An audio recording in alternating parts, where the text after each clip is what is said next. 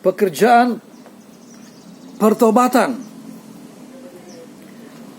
Nah, pertobatan ini dikerjakan terus-menerus karena berbicara keselamatan. Maka kita akan mendapat kesimpulan pembenaran. Orang yang sudah bertobat dibenarkan. Nah, gereja harus mengerjakan ini. Kalau gereja tidak bertobat, jemaatnya tidak bertobat, kapan mau jadi gereja yang benar? Buah-buah pertobatan, buah-buah kebenaran.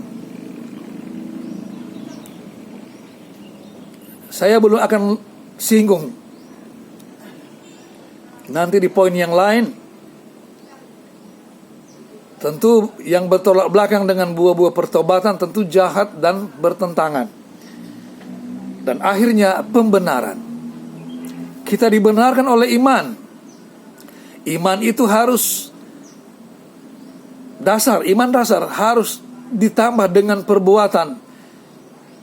Saya singgung kemarin di sesi 1, 2 Petrus 5. 2 Petrus 1 ayat 5. Iman tambah kebajikan, perbuatan yang baik, dan seterusnya. Kita sambung di poin ke-6. Leher. Bagaikan menara Daud. Menara. Daud menang dalam peperangan, dia bikin menara. Di menara itu disimpan senjata-senjata. Dan itu bagaikan leher-leher. Mata ada 2, ya, gigi banyak, telinga 2, jari 10, jari kaki 2. Tapi leher cuma 1. Tangan yang jahat boleh dipotong, kaki boleh diamputasi. Tapi kalau leher diamputasi, dipotong, matilah dia. Menara Daud berbicara peringatan, kemenangan, peringatan. Menara, leher, mau masuk kepala. Leher adalah pertemuan dengan kepala. Mempelai laki-laki adalah kepala. Dia mau datang, mau cari leher. Leher di tabernakel Musa, perbatasan dengan ruang kudus ke ruang maha suci. Maka saya singgung bahwa dari mesbah dupa naik pujian penyembahan masuk ke ruang kudus. Inilah leher menara Daud, peringatan, berbicara penyembahan. Gereja yang banyak menyembah lewat pujian, lewat doa, lewat perbuatan.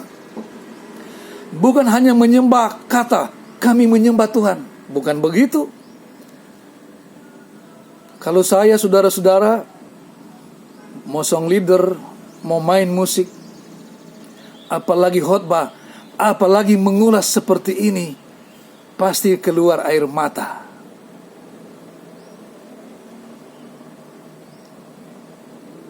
Hati hancur. Mau menyembah Yesus Tuhan yang suci kudus. Sekalipun kita kuat, jangan datang dengan kekuatan sendiri. Karena penyembahan itu menghasilkan kekuatan. Tapi apakah kita, status kita, ekonomi kuat, status sosial, profesor, doktor, kaya dan sebagainya?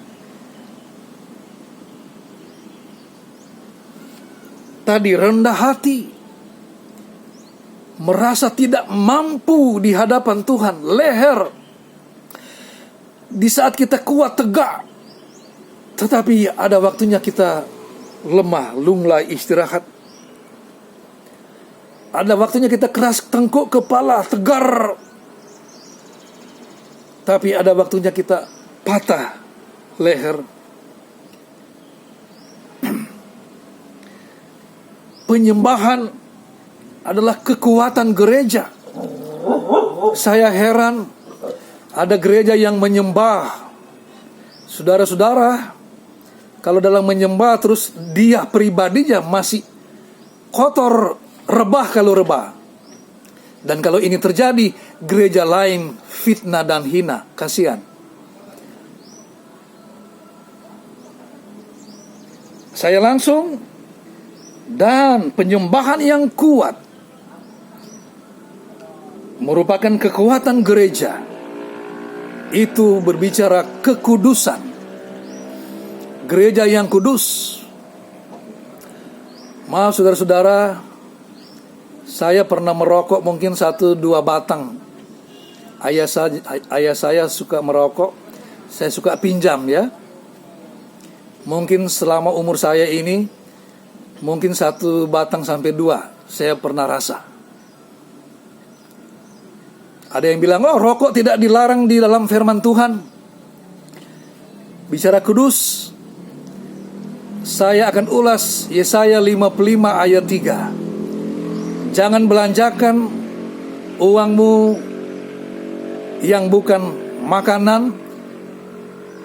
Jangan engkau minum yang bukan minuman. Tidak makan, tidak minum berarti hisap.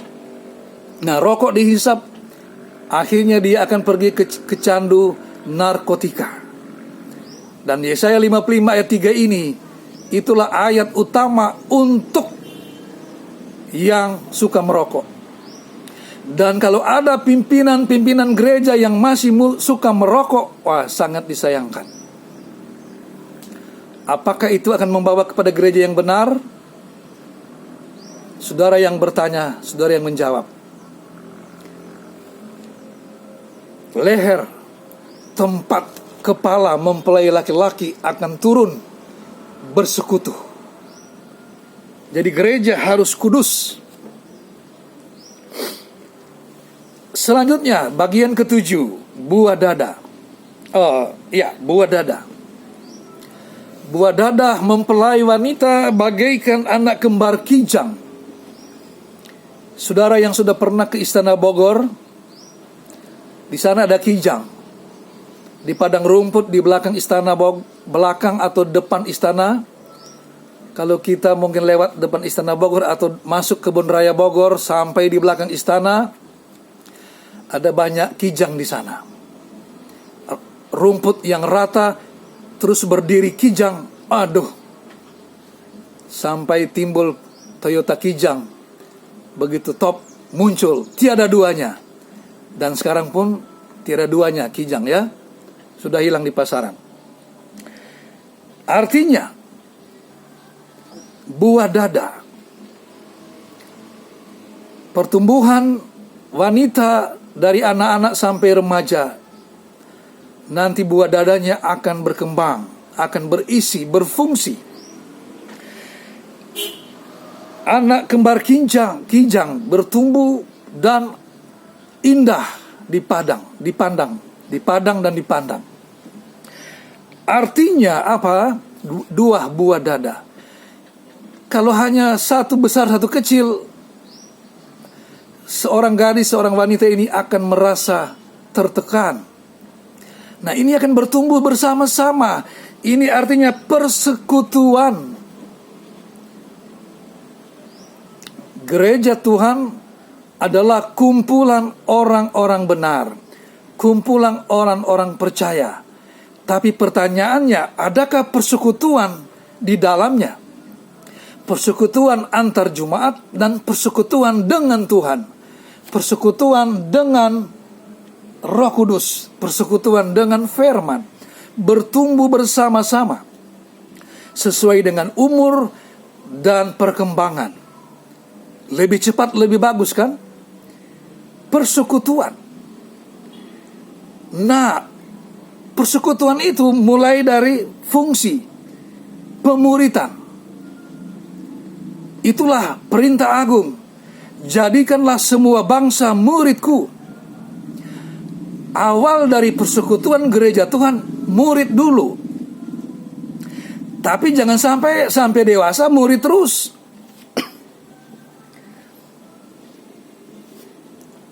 Ya, saya perbandingkan. Pemuritan berarti harus ada pemerataan ajaran, kebersamaan ajaran. Sehingga ada gereja sesinode khotbah tanggal ini seluruhnya sama. Khotbah 1 minggu sama. Tidak apa-apa. Yang penting buah-buahnya. Tapi pertanyaannya, mungkin ada jemaat yang mau maju lebih cepat. Apakah boleh belajar sendiri lewat YouTube, lewat internet? Apakah gereja sinode tidak marah? Jangan marah. Pimpinan gereja jangan marah. Karena kalau pemuritan terus-menerus, kapan dewasanya? Nah, setelah pemuritan, tujuannya pengutusan. Diutus. Gereja harus diutus. Ada yang diutus setelah sarjana, mengikuti sekolah standar, dilantik sarjana, dilantik pendeta, baru boleh diutus. Tetapi ada gereja hanya 2 bulan sekolah, 3 bulan sekolah, 6 bulan, 9 bulan tanpa sarjana, diutus.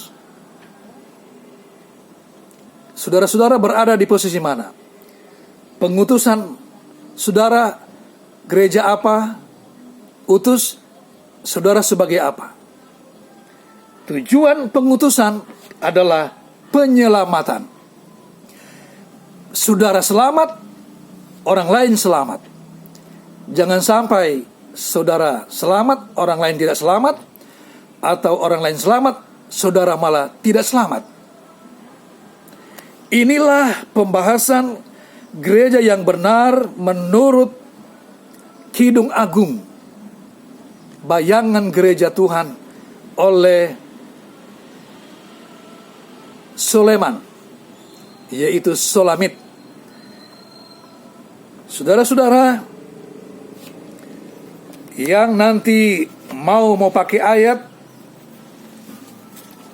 boleh screen ya. Di video ini boleh di screen. Maaf gambarnya, foto mata dan seterusnya belum ada. Ada yang saya sudah bikin tapi hilang, karena sudah 15 tahun terkubur ini buku ini. Saya yakin tidak dipakai, tetapi dunia membutuhkan ulasan ini.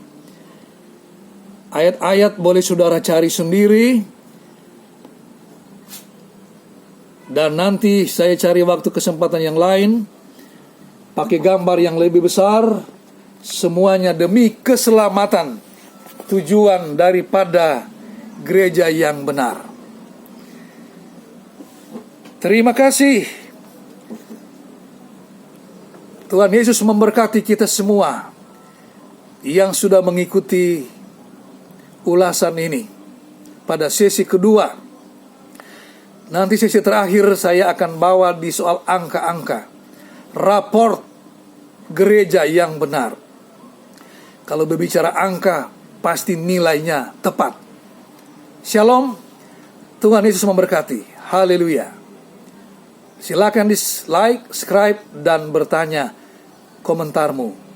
Amin.